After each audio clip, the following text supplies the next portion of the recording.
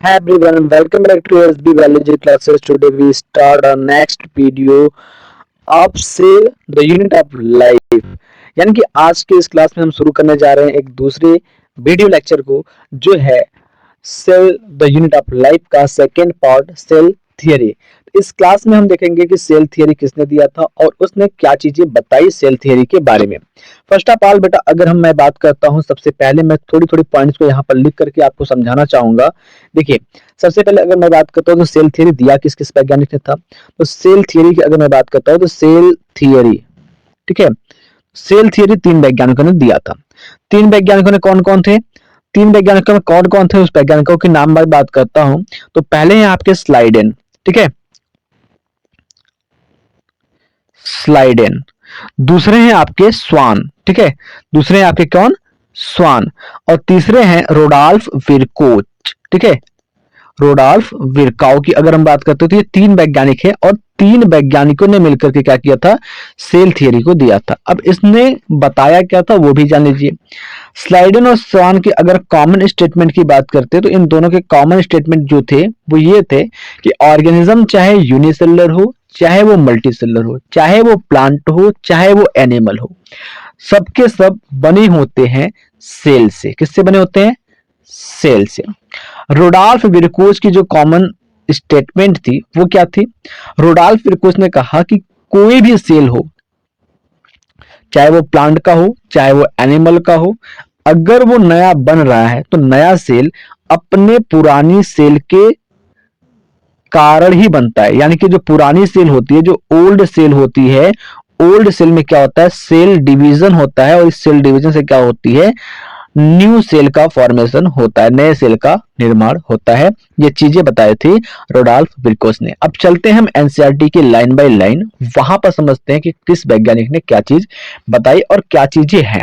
बने रहिए लास्ट तक, बहुत सारा कुछ सीखेंगे इस क्लास में, बहुत सारे कुछ पॉइंट्स को जानेंगे और ये सारी चीजें आपके बोर्ड और नीट लेवल के लिए काफी ज्यादा इंपॉर्टेंट है। चलिए शुरू करते हैं NCERT line by line.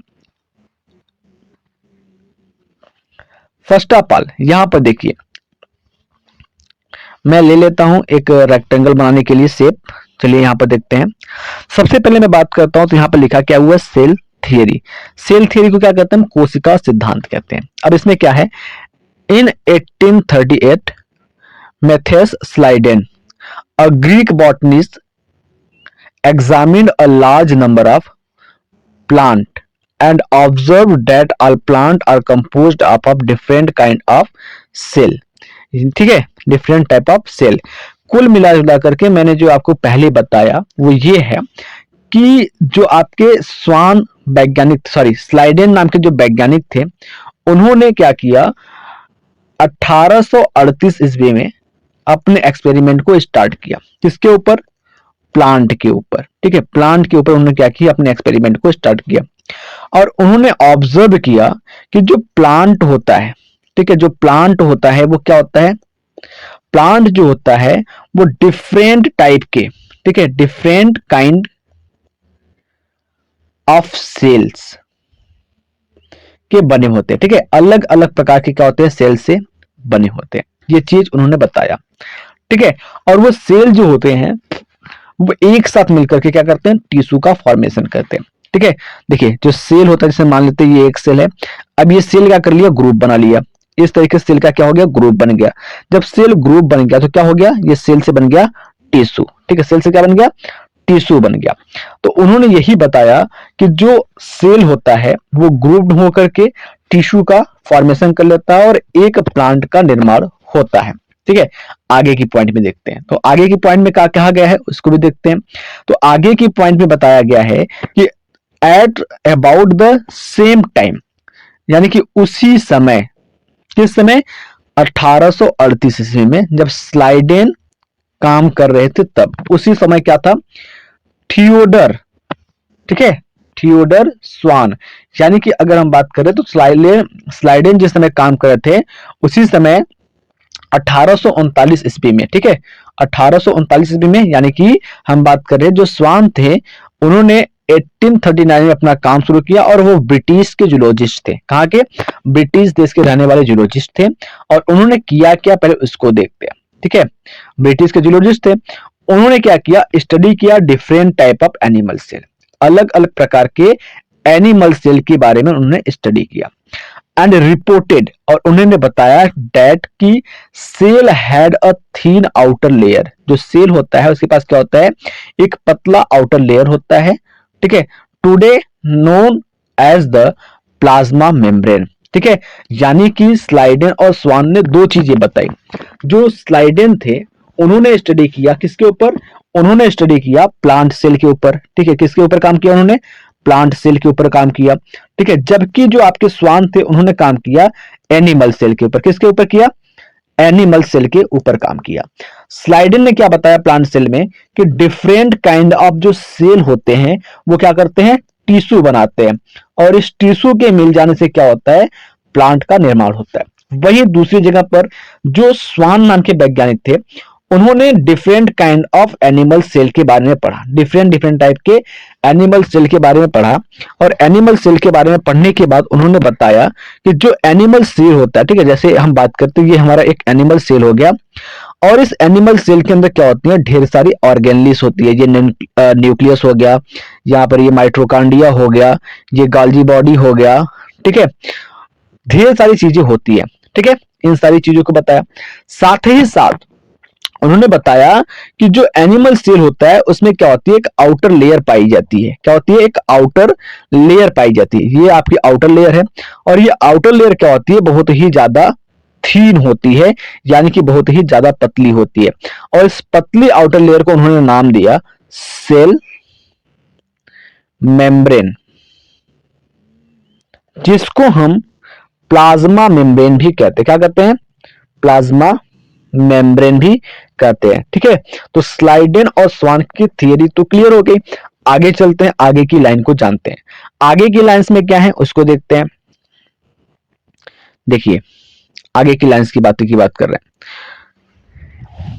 He also conclude based on, एक second, he also conclude based on his study on plant tissue, उन्होंने प्लांट टिश्यू के ऊपर स्टडी किया, that presence of cell wall unique character of the plant cell, यानी कि अगर हम बात करें जो स्लाइडेन नाम के वैज्ञानिक थे, ठीक है, स्लाइडेन नाम के वैज्ञानिक थे, ठीक, उन्होंने क्या किया था, केवल और केवल प्लांट सेल के ऊपर स्टडी किया था।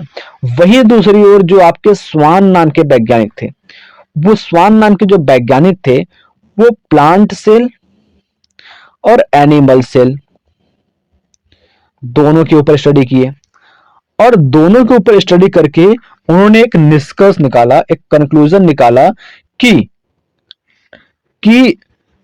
जो प्लांट सेल होता है, प्लांट सेल के बाहर क्या होता है, एक मेम्ब्रेन पाया जाता है, ठीक है, एक मेम्ब्रेन पाया जाता है जो काफी ज्यादा हार्ड होता है, रिजिड होता है, जिसको उन्होंने कहा सेल वॉल। लेकिन वहीं पर एनिमल सेल की अगर हम बात करते हैं तो एनिमल सेल में ऐसा कुछ उन्होंने नहीं पाया। एनिमल सेल का जो आउटर लेयर होता है वो थीन होता है, इलास्टिक होता है, और उसको उन्होंने नाम दिया प्लाज्मा मेम्ब्रेन। ये चीजें उन्होंने बताई अपने स्टडी के दौरान। चलिए आगे की पॉइंट में देखते हैं, आगे की पॉइंट में क्या चीजें हैं। देखिए आगे क्या बताया है, on the basis of this Schwann proposed a hypothesis that the bodies of animal and plant are composed of cell and products of cell, यानी कि जो स्लाइडिन और स्वान थे उन दोनों ने स्टडी डिफरेंट डिफरेंट टाइम पर अलग अलग चीज पर किया, प्लांट पर और एनिमल पर किया, लेकिन जो स्लाइडन थे वो केवल और केवल प्लांट पर अटके रह गए, लेकिन जो स्वान थे वो क्या कर दिए, प्लांट और एनिमल दोनों के ऊपर स्टडी कर दिए।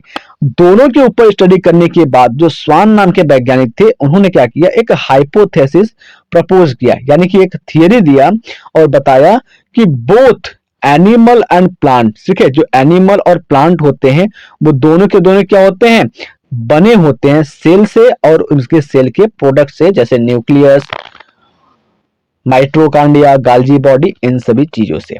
आगे चलते हैं। Schleiden and Schwann together formulated the cell theory, जो स्लाइडन और स्वान थे उन दोनों ने साथ मिलकर क्या किया, सेल थ्योरी को दिया।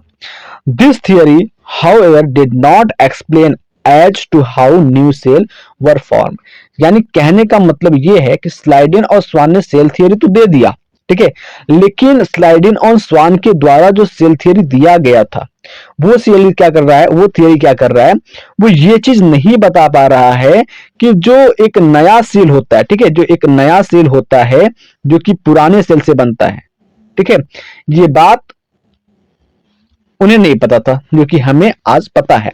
लेकिन जो स्लाइडन और स्वान थे वो बताएं कि जो न्यू सेल होता है ना, जो न्यू सेल होता है वो कैसे बनता है, उनके पास इस चीज की कोई जानकारी नहीं थी। तो इस चीज को बताने के लिए क्या हुआ, एक नए वैज्ञानिक है, और इस नए वैज्ञानिक की अगर हम नाम की बात कर रहे हैं तो क्या है, रोडोल्फ विरकाउ, ठीक है, रोडोल्फ विरकाउ, जिन्होंने अपने एक्सपेरिमेंट को स्टार्ट किया 1855 में, और उन्होंने पहली बार बताया सेल डिवीजन के बारे में, ठीक है, सेल डिवीजन के बारे में बताया। और उन्होंने बताया कि जो एक सेल होता है, ठीक है, एक जो सेल होता है वो सेल क्या करता है, डिवाइड करता है, और डिवाइड करके क्या करता है, दो नए सेल का फॉर्मेशन करता है।